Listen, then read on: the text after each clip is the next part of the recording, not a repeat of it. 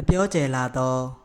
ကျေတာယာတစ်ခုအတွင်းဝယ်တာမန်စိတ်ဝိညာဉ်လေတစ်စင်းသည်နှေးကွေးစွာဖြင့်ခရီးဆက်နေလေသည်စိတ်ဝိညာဉ်လေအတွင်း၌ကလင်းမင်းသည်တင်ပြင်းခွေထိုင်၍နေ၏သူကဒုက္ခနဆိုးသားရဲ့ဤစိတ်ဝိညာဉ်တို့ကိုသူဤစိတ်ဝိညာဉ်ပင်လယ်နှင့်ပေါင်းဆက်နေပေသည်ဒုက္ခနဆိုးသားရဲ့ဤစိတ်ဝိညာဉ်တို့သည်လက်ရှိအချိန်၌ပိုင်ရှင်မဲ့ဖြစ်နေသောညာပမာဏအဖြစ်လွန်စွာများပြားလှလေရာလေးမင်းသည်ဒုက္ခနဆိုးသားရဲ့ဤမှန်ညံတို့ကိုအလွယ်တကူဖြင့်မဆုပ်ယူနိုင်ပေသူကဒုက္ခနဆိုးသားရဲ့ဤစိတ်ဝိညာဉ်အလုံးကိုစုပ်ယူနိုင်ရန်အတွက်အချိန်ကြာမြင့်စွာယူရပေလိမ့်မည်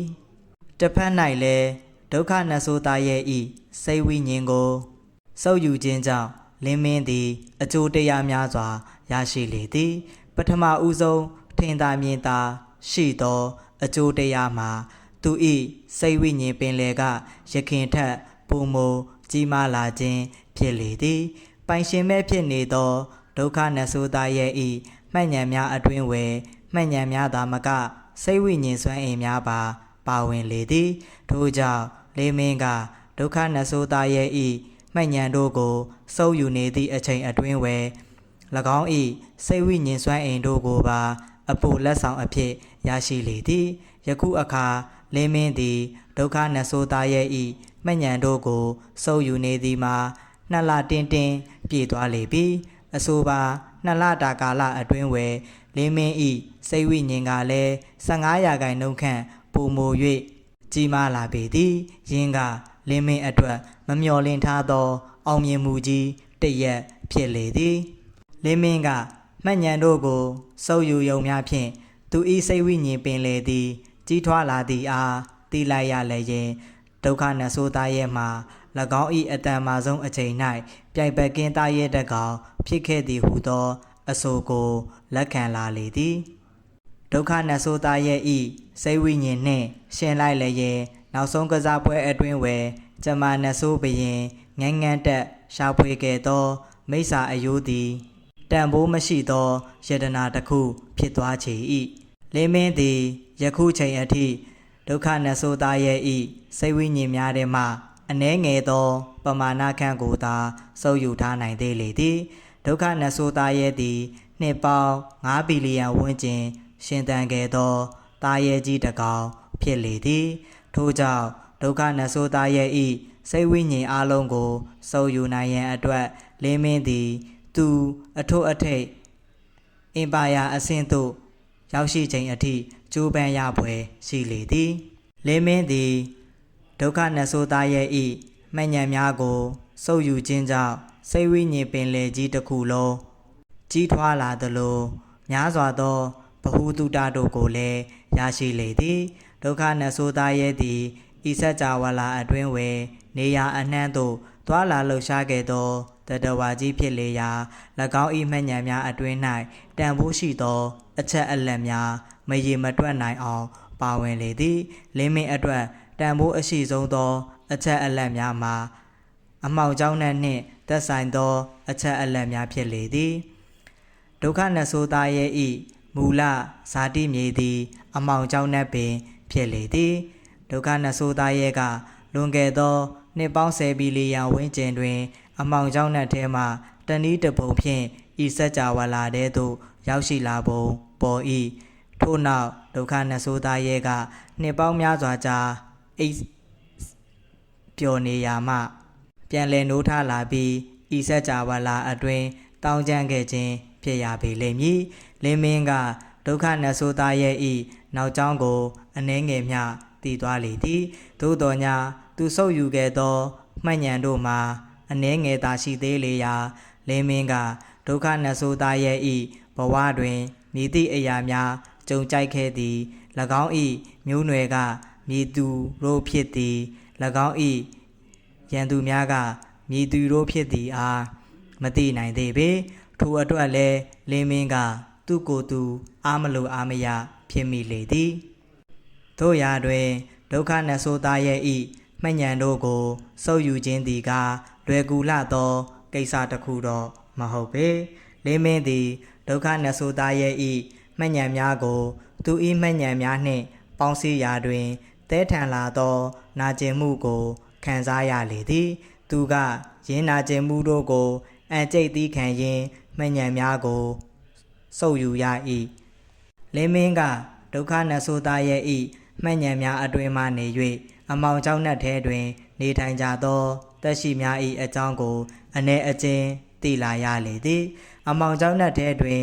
သူတို့ထင်ထားသလိုကျောင်းနှက်မိစ္ဆာများသာနေထိုင်ကြခြင်းမဟုတ်ပေထိုနည်းတူကျောင်းနှက်မိစ္ဆာများကလည်းရိုင်းဆိုင်ရုပ်မာပြီးအသိဉာဏ်မရှိသောတတဝါဆိုးကြီးများမဟုတ်ပေ၎င်းတို့တွင်ကိုယ်ပိုင်အသိစိတ်တို့ရှိကြလေသည်ကျောင်းနှက်မိစ္ဆာတို့သည်အမောင်ကျောင်းနှက်ထဲမှ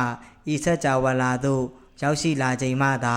၎င်းတို့၏ပင်ကိုယ်အသိစိတ်တို့ပျောက်ကွယ်သွားပြီးစိတ်ရိုင်းတို့သာကြံရစ်ခဲ့ခြင်းဖြစ်လေသည်ယင်းကအဘဲကြောင့်ဆိုသည်ကိုတော့လင်းမင်းတယောက်နားမလည်နိုင်သေးပေထိုနည်းတူစွာလင်းမင်းကအမောင်ကျောင်းနှက်ထဲတွင်၎င်း၏ကိုယ်ပိုင်နိယာမများရှိနေသည်ကိုလည်းအံ့အားသင့်ဖွယ်သိရှိလိုက်ရလေသည်အမောင်ကျောင်းနှက်နှင့်ပတ်သက်သောကိစ္စရပ်များအလုံးသည်လင်းမင်းကိုအတော်လေးအံ့ဩစေပေသည်လင်းမင်းသည်ဒုက္ခနဆိုးသားရဲ့၏မှတ်ဉဏ်များကိုစုပ်ယူပြီးနောက်အမောင်ကျောင်းနှက်၏အကြောင်းကိုပုံမို၍စိတ်ဝင်စားလာလေသည်သူကအခါအခွင့်သင့်လျင်အမောင်ကျောင်းနှက်ထဲသို့တွားကာလေးလာခြင်းများပြုလုပ်မည်ဟုလည်းစိတ်ထဲတွင်တေးမှတ်ထားလိုက်၏ဤသို့ဖြင့်လင်းမင်းလိုက်ပါလာသောတာမန်စိတ်ဝိညာဉ်လေးသည်စွန့်ပစ်လောကကိုကာစီးပေးထားသောနဖျားတန်းခြင်းနေရန်ဤအနီးသို့ရောက်ရှိလာလေသည်လင်းမင်းသည်နန်းမြို့တော်မှထွက်လာပြီးနောက်တွင်စွန့်ပစ်လောကစီသို့တိုက်ရိုက်သွားရန်အတွက်ဆုံးဖြတ်ခဲ့ပေသည်ထို့ကြောင့်သူကစွန့်ပစ်လောကနှင့်သက်ဆိုင်သောသတင်းများစွာကို6လတိုင်နေရာပေါင်းစုံတွင်လိုက်လံစုံစမ်းခဲ့၏ယခုအခါ၌သူထံတွင်စွန့်ပစ်လောကနှင့်ပတ်သက်သောသတင်းအချက်အလက်များစွာရှိ၍နေလေသည်လင်းမင်းကကျမနတ်ဆိုးဘရင်သည်ဒုက္ခနတ်ဆိုးသားရဲ့အားအသုံးပြုကာစွန့်ပစ်လောက၏နဖျားတန်းခြင်းနံရံ၌သေးငယ်သောအကွဲကြောင့်တစ်ခုဖြစ်လာအောင်ဖန်တီးခဲ့သောသတင်းကိုကြားခဲ့ရလေသည်ထို့ကြောင့်သူကရင်းအကွဲကြောင့်ကိုအသုံးပြုပြီးစွန့်ပစ်လောကအတွင်းသို့ဝင်ရောက်ရန်အတွက်စီစဉ်ခဲ့၏ယခုအခါတွင်သူက၎င်းအကွဲကြောင့်အနီးသို့ရောက်လူနီးပါဖြစ်နေလေပြီဖွင့်လင်းမင်းကစိတ်ဝိညာဉ်သင်္ဘောအတွင်းမှဆင်းသက်လိုက်၏ပြီးနောက်သူကစိတ်ဝိညာဉ်သင်္ဘောကိုသူ၏ကွက်လက်လက်ဆိုအတွင်းသို့ထဲသွင်းကာသိမ်းဆည်းလိုက်လေသည်ထိုအချိန်၌ပင်ရှေးဟောင်းအဆောင်၏အတန်သည်ထွက်ပေါ်၍လာလေသည်ကောင်းလေးမင်းကနဖျားတန်းခြင်းနေရန်ကိုဘလို့ဖျက်ကျော်ဖို့စဉ်းစားထားလဲရှေးဟောင်းအဆောင်ဝိညာဉ်သည်လင်းမင်းဤတူနဖျားတန်းခြင်းနေရန်၏အကွဲကြောင့်အကြောင်းကိုသိလေသည်ကျမနတ်ဆိုးဘရင်သည်ဒုက္ခနတ်ဆိုးသားရဲ့အားအသုံးပြုကာနဖျားတန်းခြင်းနေရန်ကို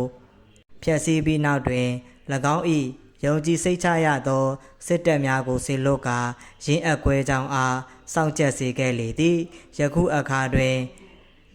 စွန့်ပစ်လောကစီသို့သွားနိုင်မည်နဖျားတန်းခြင်းနေရန်ရှိအကွဲကြောင့်မှာမိစ္ဆာမျိုးနွယ်၏အထူးသီးသန့်စစ်နေမြေဖြစ်နေလေသည်ကျမနတ်ဆိုးဘရင်က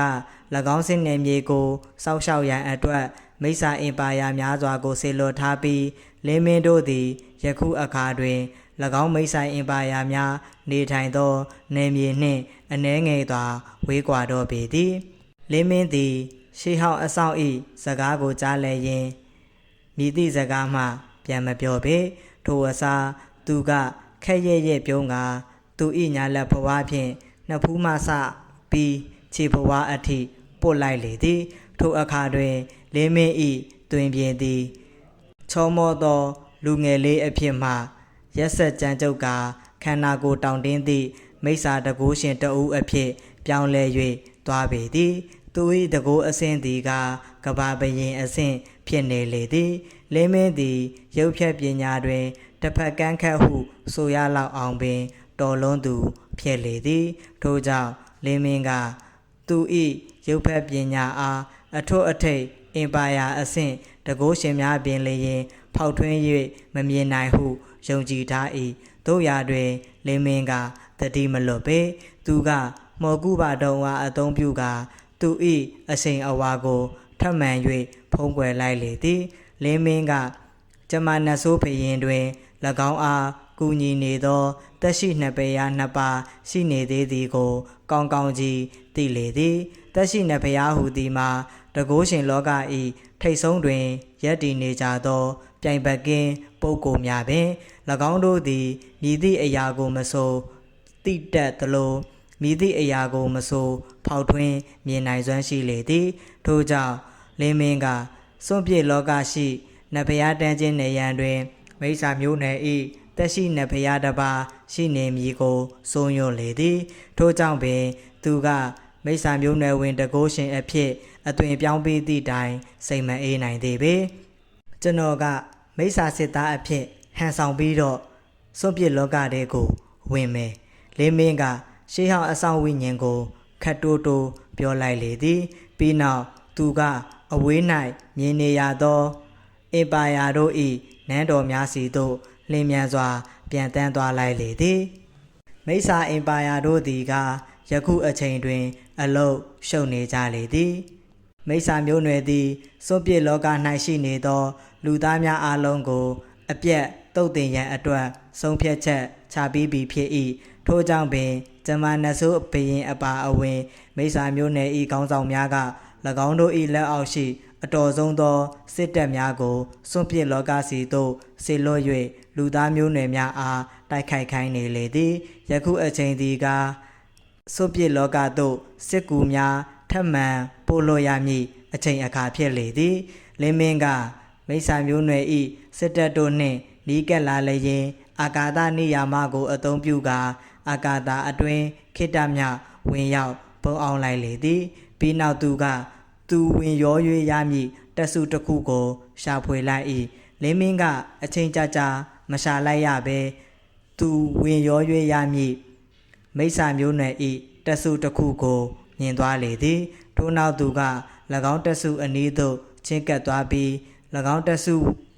ဝင်များကင်ဆောင်သောလက်နက်ကိုကင်ဆောင်လိုက်၏ယခုအခါတွင်လင်းမင်းသည်မိစ္ဆာမျိုးနွယ်၏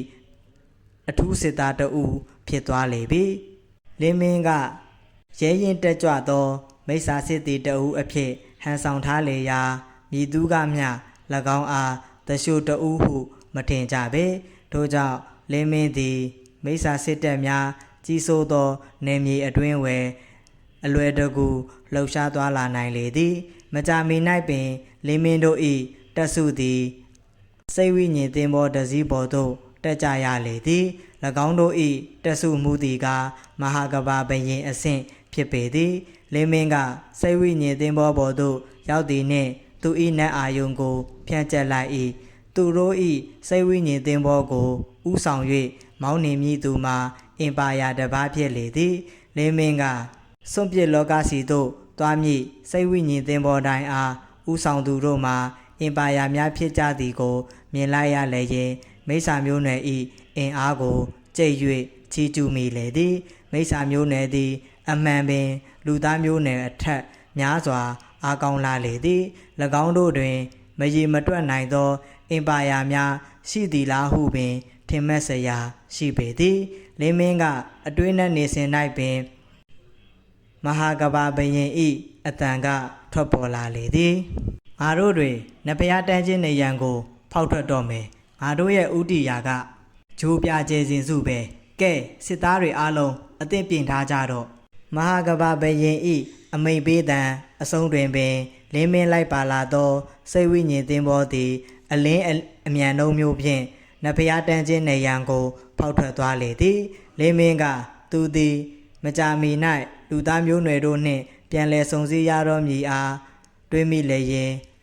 ကျင်တဲဝယ်ခံစားချက်မျိုးစုံထွက်ပေါ်ရလာပေသည်ယင်းခံစားချက်တို့သည်ကရှင်းပြရလွန်စွာခက်ခဲ၏